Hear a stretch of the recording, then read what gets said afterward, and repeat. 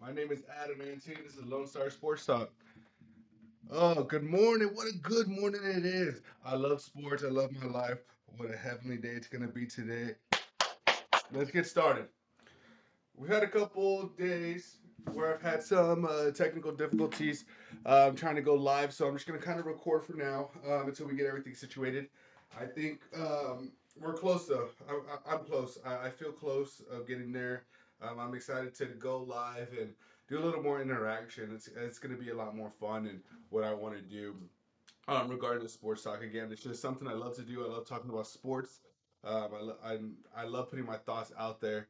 I'm tired of thinking of something and then hearing it later, 2 days, 3 days later, and I'm sitting there like, oh well, I already knew that. So I just want to put my thoughts out there, and just have everybody know what I'm thinking and kind of just. I also want to fall back, and it's one of those. I want to fall back to kind of go back and look and see, what I was calling and not calling, and what I was right and what I was wrong about. Um, that's like one of the whole reasons of this. So, if you're watching, I appreciate you guys watching. I really do. Don't be afraid to, give me some tips of, where I'm struggling at. I'm not afraid of constructive criticism. Um, there's there's a couple key points that I want to talk about today. Um, I wanted to talk about it yesterday, but I couldn't because I was again having some technical difficulties. Um, But I'm going to go ahead and start with Ian Rappaport's reporting that John Harbaugh was fired. He was fired a couple days ago. Um, and since there's been a couple days, there's been a lot of moving. There's been a lot of moving pieces regarding John. I think that a lot of teams are going to want him, and I think they're going to want him for the wrong reasons. They're going to want him for to be a head coach, and I think he needs to take a step back and kind of reevaluate everything of being a head coach and being the guy who's responsible for everything. It seems like when you're a head coach and you go back down to your respected areas where you've gained your professionality from, meaning a defense coordinator and offensive coordinator, it seems like those guys thrive, right? It's like all the stress and all the worrisome of being a head coach. You have to worry about the special teams. You have to worry about the offensive coordinator, defense coordinator, your defensive line, your offensive line, your wide receiver. The list goes on and on and on. And then you're also playing with the general manager and owner. So it seems like there's always less stress, right, when they go back to being an offense and defensive coordinator. Um, so I think that's what he needs to do. John Harbaugh just needs to take a step back, man. You had a great 18 seasons with the Ravens. It's not nothing to be ashamed of. I mean, one could argue you didn't even need to be fired. Your quarterback was hurt for you know 40% of the season, and you still managed to be one game away from the playoffs. You sent a rookie field goal kicker out there to to kick the field goal and to win the game for you, who's never been in that put in that situation before in the NFL level. You can't really expect anything less. So I don't really blame John. I don't blame John Harbaugh at all. I think he's a great coach. I am excited for him to take a step back and be a defensive coordinator. I've always thought of him as a player's coach. He's always out there. He's always excited. He's always running around. He's always giving the pep talks and that. So I really do like that about him that he's a player's coach, which kind of conflicts with everything that cause I've been reading that he's potentially almost lost the locker room. Um, and I know Ian Rappaport reported that, and quote, lost their locker room before the Ravens announced they fired him on Tuesday. And then it quotes, it's not just they didn't go far enough in the playoffs. NFL Network's Ian Rappaport reported, my understanding after talking to several sources involved, meaning probably Lamar Jackson, probably Derrick Henry, um, Humphreys. I mean, just the captains. I wonder how much Ray Lewis was involved in all this too. I know he's very vocal. I know he's really involved with the Ravens. Um, going back to his alma mater with Miami during this playoff run. I wonder how much he's involved in all this, and the firing of John Harbaugh. He's been pretty quiet. No one's really talked about that yet. Um, Go ahead and clip that. That if it comes out later that Ray Lewis had something to do with this, I wouldn't be shocked. I wouldn't be uh, shocked. I wouldn't be shocked if it was Lamar Jackson venting to Ray Lewis, and Ray Lewis is the reason why something happened. Because Lamar Jackson's not going to come out to the media and the GM and say, you know what, this is exactly what happened, and I don't feel comfortable around him anymore. We need to move on. And maybe the source that Ian Rappaport's talking about is Ray Lewis. I mean, we don't know. We might find out later. Um, so let's see. We got at the end players. So at the end of the season, players just simply had doubts about whether or not they wanted to play with him as their head coach. So again, I don't get where this is all coming from. He's been a solid head coach. I like him. I mean, has he gotten you to the promised land? No. But is that have to do with the coaching, or does that have to do with your personnel? You know, we've we've seen in the past that quarterbacks like Lamar Jackson don't last. The running quarterbacks, the Michael Vicks, um, it's Patrick Mahomes doesn't even do it that much. He's an escape artist, but he's starting to go down more and be fragile. Dak Prescott was like that in the very beginning, and he quickly turned into a pocket passer. So we just see quarterbacks that use their legs first don't typically last, and maybe we saw that with the Ravens. I mean, for sure we saw that this year, but maybe we saw that with in the playoffs, the fatigue of it. You're a ground and pound team. You love running the ball, but when half the running plays are your quarterback, it starts to affect you. And don't get me wrong, Lamar Jackson did an amazing job developing and becoming a good passer. He did. It's just when you 50% of the time he's running, man, you're gonna be fatigued. Your mind slows down. The game starts to speed up for you, and it gets hard, especially in the playoffs and those environments. Yeah, I maybe it's the personnel. I don't see John Harbaugh being a bad coach. Um, he had 18 seasons. Total combined record of regular and postseasons was 193 and 24. Not bad. Well over 500. Um, you know, it's a huge breakup.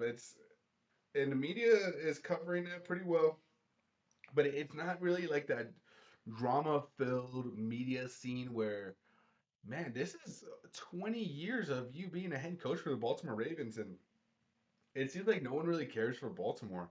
And I've seen little clips on TikTok of and YouTube shorts where it's people are making fun of it. Where hey, did you hear? It's a Ravens fan, right? Hey, did you hear?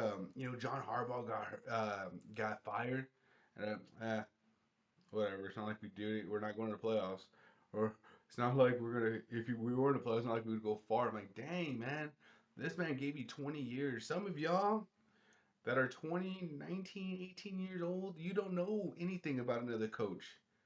And some of these other franchises go through coaches every single year. You don't know what that's like. If the Baltimore Ravens don't land a solid coach and y'all fire him in the next year or two, you're gonna see it's gonna be back to square one. It's gonna be back to square one. The If they need to hire somebody, if Lamar Jackson's going to be your quarterback and you're not completely blowing it up, then you need to hire somebody who's okay with that because you don't want them having an excuse. Well, this isn't my quarterback. 'Cause that's usually how it goes. So good luck to the Ravens. I think that John Harbaugh is going to be very successful somewhere. I think he should de-stress a little bit for a season or two, take the year off maybe, but come back and be a defensive coordinator for a little bit before you jump back into head coaching. De-stress a little bit.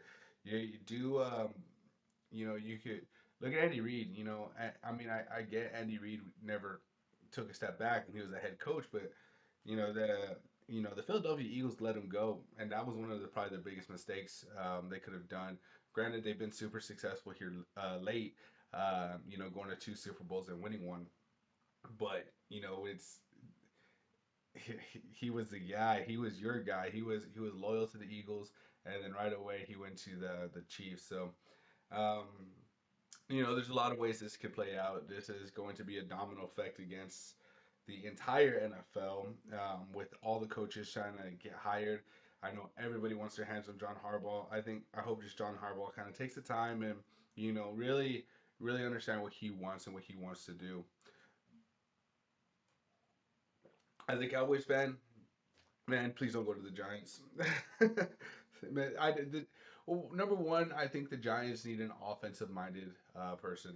I saw on a headlines that um, Mike McCarthy was going to interview for the Giants, and I think that's great. I granted I think Mike McCarthy needs to be an offensive coordinator. He's not the best head coach, but you say that with a grain of salt when you say he's not the best head coach, but yeah, he took a team to the Super Bowl and won it with the Green Bay Packers. Um, and you know what? When Dak was healthy, he won 11, 12 games with the Cowboys every single year. So, you know, Mike McCarthy would probably be the best option for the Giants. I don't want John Harbaugh going to the Giants because I think he's a better coach than Mike McCarthy. And I think in the long run, if John Harbaugh goes to the Giants, it's going to be they're going to be successful. So it's this year Washington they had um, they had a downfall year, but the previous year they went to the NFC Championship. But their quarterback was hurt, most of the time. So between the Washington Commanders, the Philadelphia Eagles, the New York up and coming Giants, um, and then you always have the Dallas Cowboys. The Dallas Cowboys weren't good this year. They're going to reamp their defense, and we'll see where they're at next year. But it's really is turning into the NFC beast of the East. Um, you know, you already have the NFC West, and guess what? Next year's going to be fun because the NFC East is playing the NFC West next year, so that's going to be really fun. Really difficult schedules coming out. Um, the West has always had the East's number, so we'll see how it goes. We'll see how it goes. We will see how it goes. Speaking of Cowboys defense and trying to get better, it's going to be, with this whole John Harbaugh situation. Hey, John, if you decide you want to take a step back and you decide you want to be a defensive coordinator, and I think the Cowboys would be the best fit, man. Um, I really do. You think about it from a perspective of not necessarily being a Cowboys fan, but think about the potential talent that you're going to have, plus two first round draft picks. It's all going towards the defense. The only downfall would be Jerry Jones, because he's going to want his hands all involved in the defense so he can say he did it. Trust me, as a Cowboys fan, we know John Harbaugh. If you come to Dallas and you fix our defense, Jerry Jones didn't do it. You did it. Um, it's between John Harbaugh, Raheem Morris, and give me Al Harris too, dude. If we can get those three to interview, that would be the top three, and that would be the golden ticket between all of them.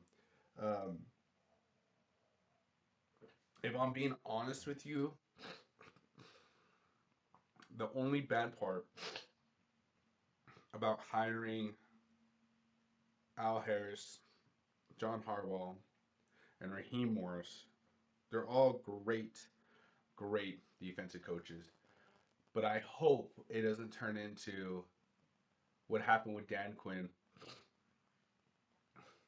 I think the biggest mistake we did was letting Dan Quinn walk. Um, we'll see what happens with Shoddy.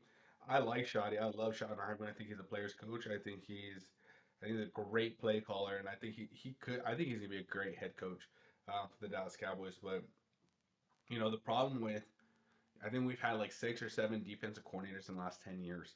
And the problem with it is that they Dallas has a historically bad defense. We get a really good defensive coach. They come in, they fix it, and they go get a head coaching job. So that's kind of like the problem, right? Um, so you kind of want to hire from internal, kind of like how we did with Schottenheimer, right? You kind of go from assistant to offensive coordinator to eventually head coach. And I think we did mess that up with Al Harris. If you think about it, he was the defensive back coach. That's when Trayvon Diggs and Deron Bland were breaking the records for interceptions and takeaways. Our linebackers are going after the ball, causing forced fumbles everywhere. I really think that contributed to Al Harris, and he learned under Dan Quinn. And when Dan Quinn was ready to be a head coach, and the Cowboys didn't give him that opportunity, and he went to Washington, and the very next year gave him to the NFC Championship. Um, then Al Harris is there, and you're looking to hire from the outside, and you don't successfully do it. You don't successfully do it. Al Harris was right there to pocket him and say yes. Um, and we would have had Al Harris. We would be going on last year, this year. He would have been our defense coordinator for 2 years in a row. He would have been on the Cowboys for another 2 years. So we would have had a defensive coach on the Cowboys for 4 years, probably going for five right now if he was a defensive coordinator. Going for five. I don't see him. I think he's still going to develop as a coach before he wants to be a head coach, even if he wants to be a head coach. But we had a guy. We had a guy inside the locker room ready to go. Um, and I fear that now we're gonna have to take a step back. We're gonna have to try to find the next Al Harris. John Harbaugh. If Al Harris comes back, great, but he's gonna leave. He's gonna leave right away. We didn't show him that loyalty. Raheem Morris, he's gonna be there for a year or two. Then he's gonna get himself another job. These guys are the best fits, but they're also a band-aid fix. So when we hire these guys and we hire the top three, in my opinion, the top three that we should be doing everything we possibly can to go get. You really gotta, if they're gonna be there for a year or two, while they're there, you really internally, you should be finding your next mentor, the next guy who's gonna be the guy to be the coach. Kind of like how what we thought, how Harris was gonna be coming up. You know, a great example of a team that does that is the Spurs, right? If you look at the San Antonio Spurs, under Greg Pop, you know, he he really mentors his coaches all throughout, um, his career, his fantastic career as a Spur. And, now you have Steve Kerr, and you have other coaches coming out. They go on to have successful careers. A lot of people were skeptical when we hired Mitch Johnson. You know, because he was the interim head coach while Pop was out. And you could immediately see though the aggression, the how he coaches resembles Pop, right? So kind of how the Spurs do it, with Mitch Johnson. The only problem I have right now with Mitch Johnson and San Antonio Spurs is, man, they beat the Lakers last night, who were third in the West or second in the West. Um, and I can't help but notice it. I've noticed it. They drop against the bad teams and they beat the good ones. And I do think that is still on Mitch Johnson. That is, your guys are not ready to play. You're not ready to play. You can't lose to Memphis, who's won 14 games this year, and then play a back to back and win against the Los Angeles Lakers. The Lakers didn't have LeBron James, but he's not who he was. He's just a name at this point. So why? Why are you losing your first game against the back to back? I would have understood more if you would have beat Memphis and then lost to the Lakers. Dude, Wimby didn't play. Excuse me. Wimby didn't play the last 3 minutes of the Memphis game. Why? Why? Okay, he's on a minute restriction. Okay, dude. Yeah, you lost by 1 point. 1 point, man. Put him in. Put him in. Put him in for the last minute and a half. Put him in. Why? Minute restriction because he hyperextended his knee. Has nothing to do with his calf anymore, unless there's something about his calf we don't know. Because at this point, if it's still his calf and we're fearing about an Achilles, then he needs to sit out for another 2 weeks. That no minutes restriction. But if we're thinking, oh, it's his hyperextended knee, come on, man. I mean, I don't know the biology of it, and the human body of a knee when you're 7 foot freaking 20. But come on, bro, it's a hyperextended knee. He already he already sat out one game for it. He was on a minute restriction for that was his second game in a row on a minute restriction. He was on a minute restriction against the Lakers. So 3 games in a row on a minute restriction, but we're down by one against a bad team. Put Wimby in, man. Well, why? Well, what's the point? What's the point of losing to these bad teams? These teams are where we can start stacking. We can start stacking wins because once you start stacking wins, you realize, oh, we have a better seeding. If if we're stacking wins and OKC drops one or two, we're going to jump them. If we didn't lose to the last 4 teams, and I definitely want to pull this up because if we didn't lose to these last 4 awful teams, I think we would be very close to being the best in the West. And once you hold on to the best in the West, regardless if you start to lose to the good teams, you're going. It's going to be very hard for somebody to pass you because it's yours to lose, even if you lose to good teams. Um, so and as long as you're beating the bad ones, you should be fine. Okay, so we lost to Memphis, lost to the Trailblazers, lost to the Cavaliers, lost to Jazz. I'm kind of going through the list here of who we've beaten and who we've lost, and I just want to see. Okay, that's the start of the season. I want to say.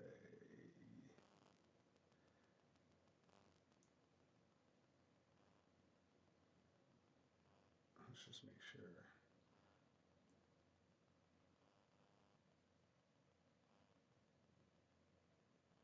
I can accept the Timberwolves lost.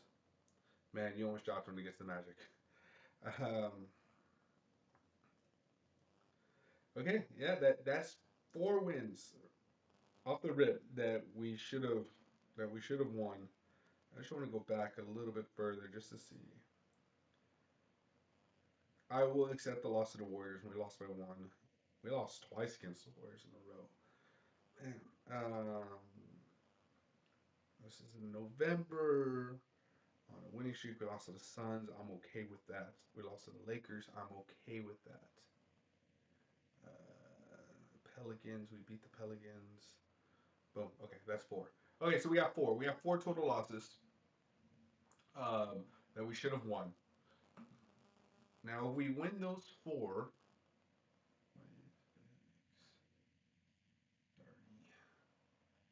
we are we've won 30 games at this point now. 30-8. So we'd be 30-8. We win those 4 games that we're supposed to win. And here's the difference. That's the difference between being 26-11 and 30-8.